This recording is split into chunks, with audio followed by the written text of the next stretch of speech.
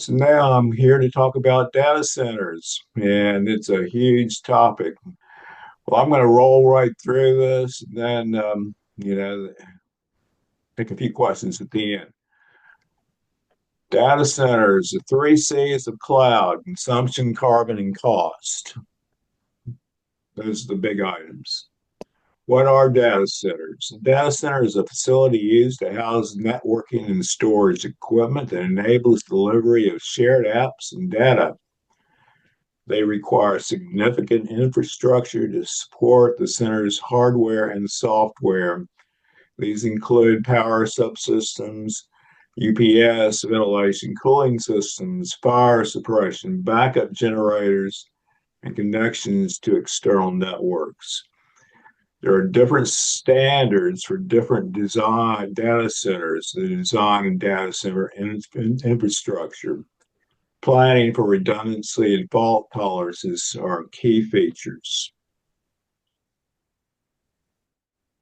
Types of data centers. There's the enterprise, which is built, owned, and operated by individual companies, and that you can think about Meta as an example of that type of data center.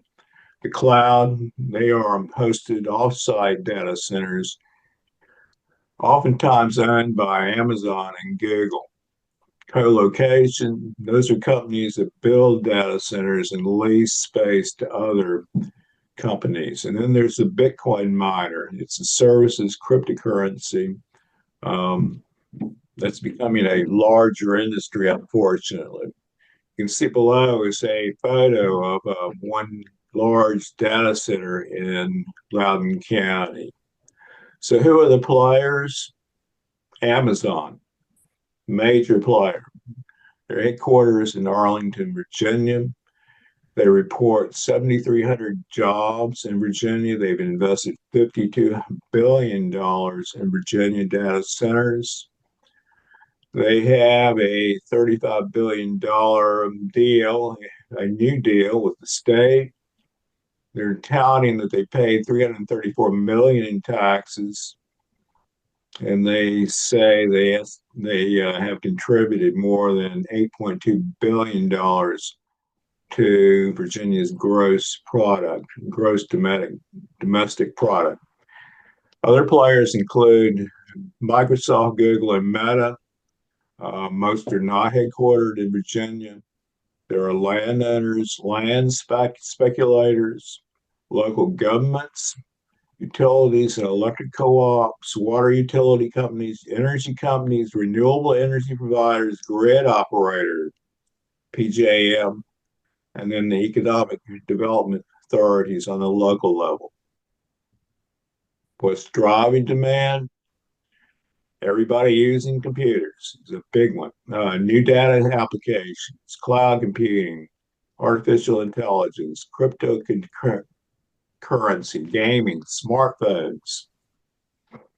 The localities love the tax revenues. Then there's the national and international demand, and the corporate products are all driving the demand. So they are rapidly expanding and building taller buildings, bigger campuses, needing more servers, more efficient cooling, picking up more land, demanding more energy, requiring more water, and increasing climate emissions in Virginia. It's inherently unsustainable. Yeah. And it's a huge problem, particularly for Virginia, and I'll show you why in just one moment. Virginia is confronting a major problem, and it's not going to be resolved anytime soon. There's no good answers on how to meet the energy demand, and the utility companies are having a problem with that also. We don't have adequate state energy planning. Localities are approving data centers with little regulation. Additional transmission lines and infrastructure are being built in many locations, and then a large portion of the cost will be borne by ratepayers. And then one staggering fact is that 70% of the world's data passes through Northern Virginia, just 100 miles from here. Why does Virginia have this problem? Because we're close to DC. There's a tech sector in Loudoun County, a big one. Virginia has cheap power. We have commercial rates are lower in Virginia than surrounding states. We have lax state and local regulations. Then there's a seabed fiber optic cables. Virginia has provided over $1 billion in tax exemptions of retail data centers, retail sales, and tax and use tax exemption. We're giving away money to the data centers. Where are they located? Well, Virginia has over 300 data centers, making the state with the most data centers in the United States. Of this total, 275 data centers are sited in Northern Virginia alone. You can see the list from 2022 above. Near us, it's Louisa County. Lake Anna Tech Campus is under construction now. Hanover, Henrico, Mecklenburg, the Tidewater area, Surrey, Hampton Roads, and then even Southwest Virginia and Tazewell. The energy consumption is huge. The industry pulls 3% of the world's energy. In Virginia, data centers consume 22% of Dominion Energy's total energy supply. It's projected to rise to 40%. The data center in Virginia achieved a peak load of almost 2.8 gigawatts in 2022, and they have agreements for up to 13 gigawatts of power by 2038. In addition, we'll skip over some of the annual growth rates, which are 5% annually. This continues to drive reliance on fossil fuels for generation of electricity. It also requires a huge quantity of clean water for cooling the servers. Carbon emissions. The data center industry accounts for 2% of global carbon emissions. Our state and local goals, the Virginia Clean Economy Act goal of 73% clean energy by 2035 and 100% clean energy by 2045. And our local greenhouse gas emission goals will be more difficult to meet. Dominion projects that if the 2023 integrated resource plan comes to fruition, utility projects will increase greenhouse gas emissions to 36 million metric tons by 2048. That's a large increase. We're supposed to be going the other way.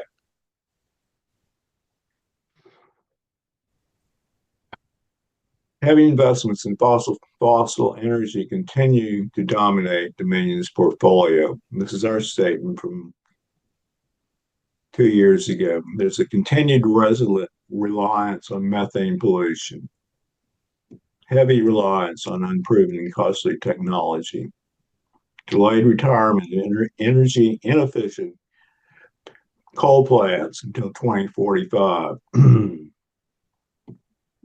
And no new proposed coal retirements until 2040. And here we have in our neighborhood, we have the Louisa County data centers. Amazon is planning to 10 data centers for the first phase of North Creek Technology Campus. It's one of two data center complexes that Amazon is developing in Louisa Technology Overlay District. The other side is dubbed the Lake Anna Technology Campus. It's adjacent to the North Anna nuclear power station. They have begun initial site work at the Lake Anna campus for the first phase of the project, which includes one data center and related infrastructure. Amazon has said it intends to develop the campuses over the next 15 years and invest at least 11 billion in the facilities. But you might want to hear Dwayne Adams talk. I have spoken with him over the last year or so, and he has said that at least 30 data centers could be built in the county.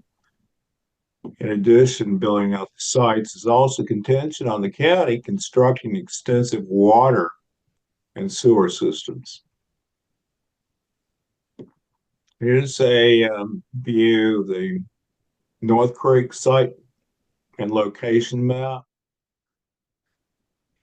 The North Creek site is located on Route 33, and it's across the road from the North Creek Reservoir.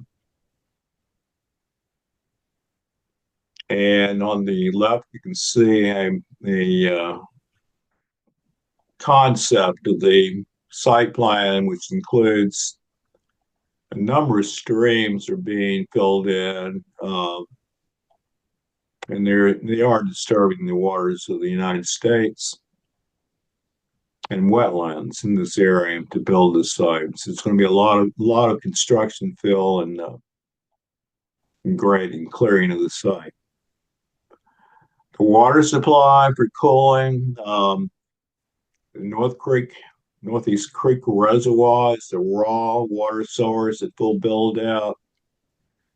It will need 620,000 gallons per day. Jesus Christ.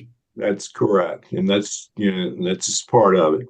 Now, we are saying the water needs to be recycled or reclaimed. And that's what they need to do to replenish the surface and groundwater sources. We would like to see them contain the stormwater runoff from roofs and pavement and retained on site.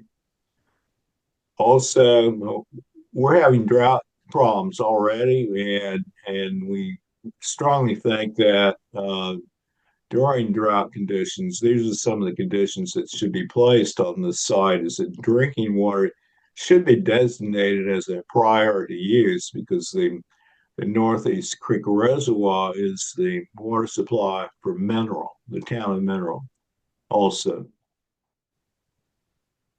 Here's the Lake Anna campus. You can see on the right, we went out and looked at the site and drove by it. And that's just a quick view of the clearing and grading that has occurred already. On the left side is a location map. At the bottom, you'll see the Laurel Hill Baptist Church, which is an African American church with a cemetery right next to it.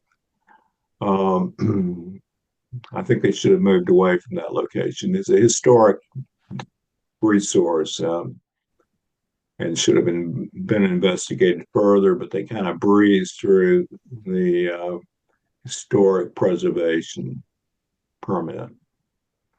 Impacts to residents include visual impacts, noise, lack of buffers, pavement, diesel fuel transportation, air pollution from diesel generators, industrial infrastructure.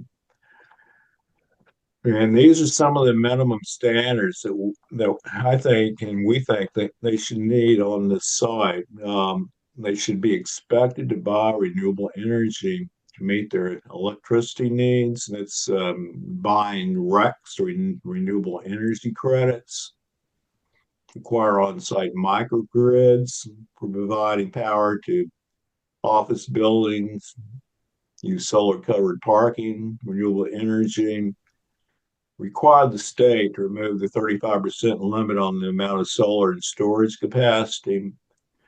And then all data centers should be the ones paying all costs, not residential customers. Avoid using diesel fuel for backup generators. Require special noise mitigation methods. Extremely important are the buffers of at least 300 feet of vegetation. Transparency, well, it's just not fair. It doesn't seem to be included in the program so far. In fact, the Board of Supervisors in Louisa County started talking to Amazon behind closed doors and secretly about a year before they even brought the subject up. And they still haven't had a real public hearings on the data centers.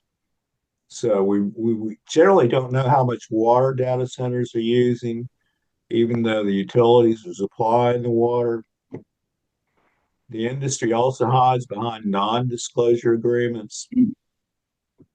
Dominion is telling its applicants not to share energy information on or share information on usage, substations, and transmission lines. But the public will be paying for much of the infrastructure, and ratepayers really have no idea what the likely long-term cost will be. And finally, eminent domain is part of the problem. During our campaign against pipelines, I watched a number of people lose their properties.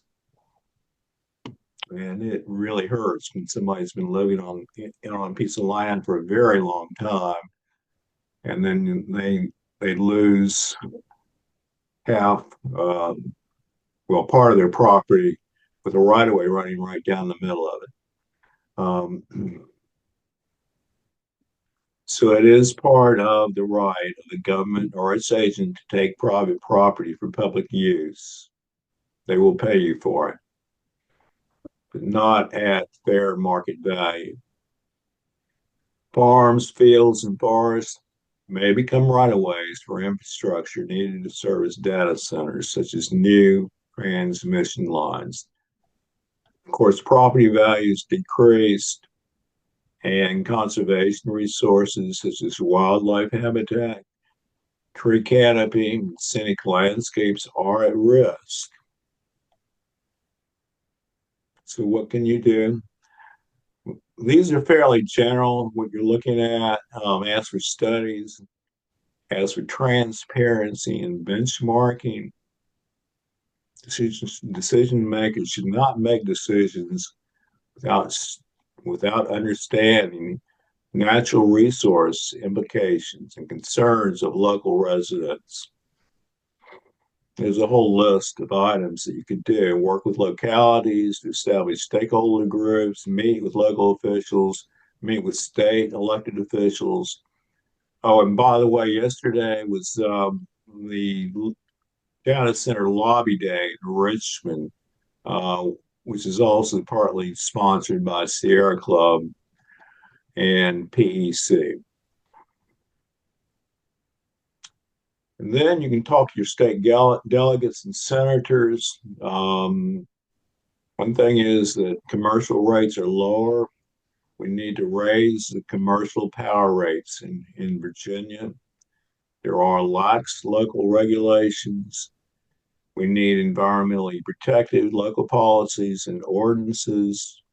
Need to raise local tax rates for mitigation costs from data centers. State policies, we need better state energy planning and policies that ensure that the grid continues to use clean energy. We also need to tie our subsidies to sustainable outcomes. If we're giving away money to data centers based on sales tax and use tax exemptions, then we should be getting something back in return for a sustainable outcome. And then that's it. I think that's all I've got. I have a couple of guidelines here. Look for local guidelines, land use, energy and efficiency, water, and more information. I have been to Louisa County. I had talked to the Board of Supervisors. I was not, really welcome, quite frankly. In fact, it was a bit hostile. But what what what I'm doing and what I encourage people to do, we have to get out and talk to these people and these local counties. We're finding a lot of people out there are still climate deniers, and they are really getting nasty at times. In fact, I've run into a number of them.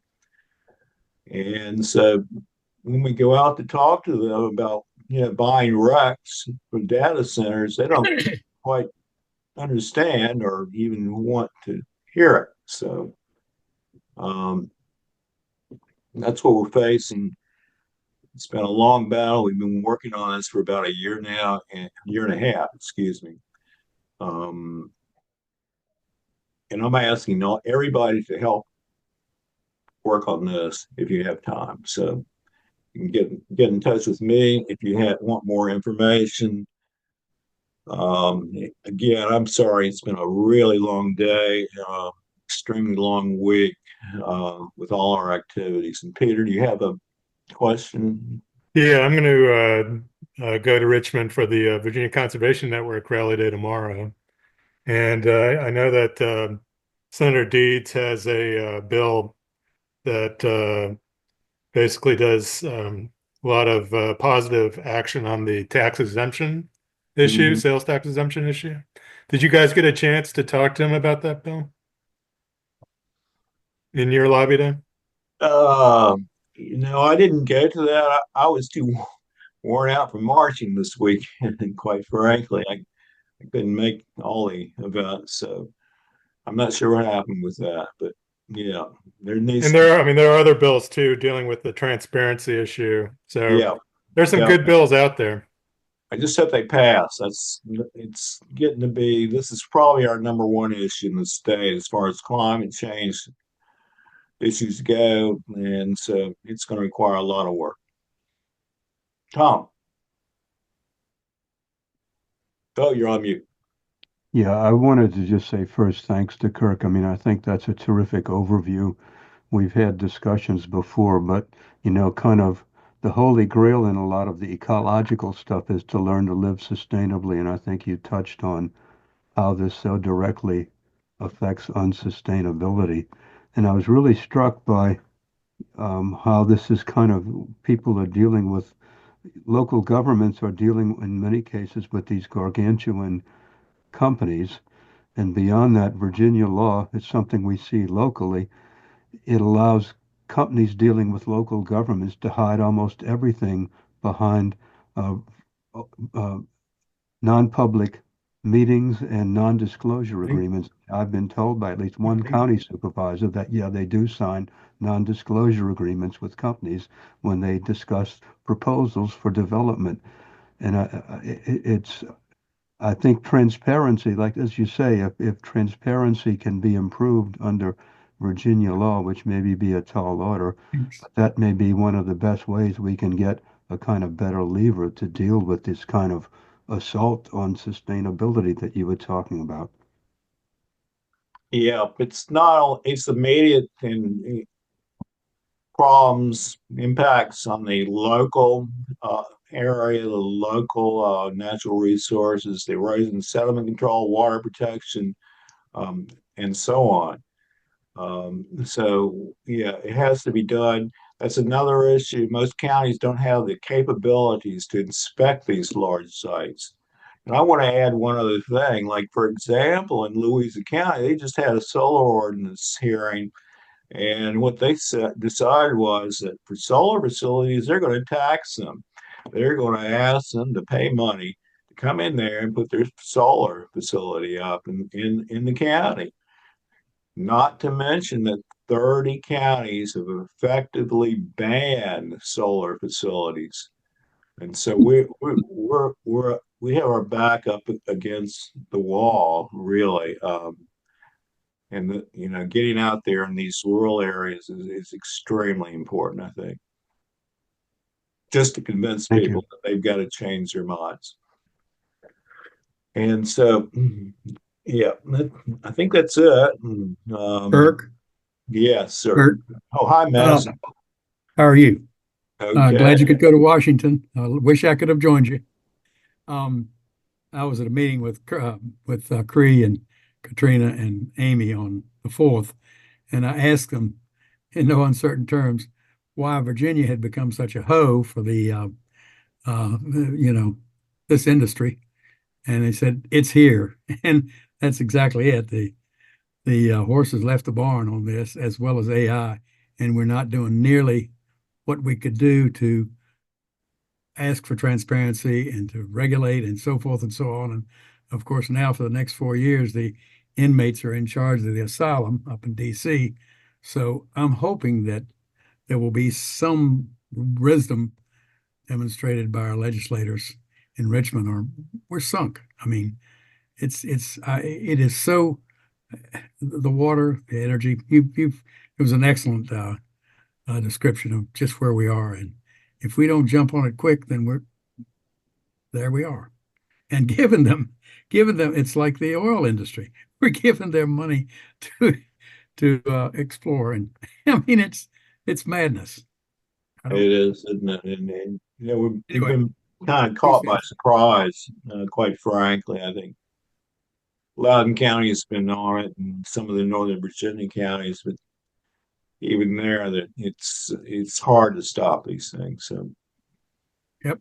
the best we can do is really get them to provide renewable energy generation and power for their systems and their data centers. Yeah. All right. Well, Kirk, Thank you so much. I apologize for the being so tired today, but it's been a long one. And Thanks, Kirk. Presentation. I'm going to retire for the evening. Thank you so much, and hope to see you all again here in the near future. Thank you. okay. Thank you very much this evening.